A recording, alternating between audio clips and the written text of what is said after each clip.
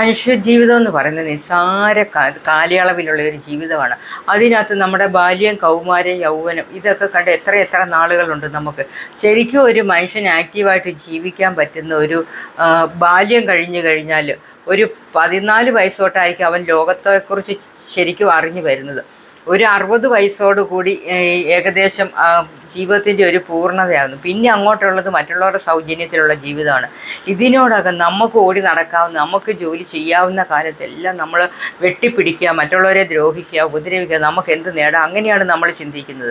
അങ്ങനെ ഒരിക്കലും ചിന്തിക്കാതെ നമ്മളെ ഓട്ടപ്പാച്ചിലിനിടയിൽ ഒരു കൈത്താങ്ങ് നമ്മൾ ആർക്കെങ്കിലും കൊടുത്താൽ നമുക്ക് ആപതില്ലാതിരിക്കുന്ന കാലത്ത് എവിടുന്നെങ്കിലും ഏതെങ്കിലും ഒരു വഴി നമ്മുടെ മുന്നിൽ തെളിഞ്ഞു വരും.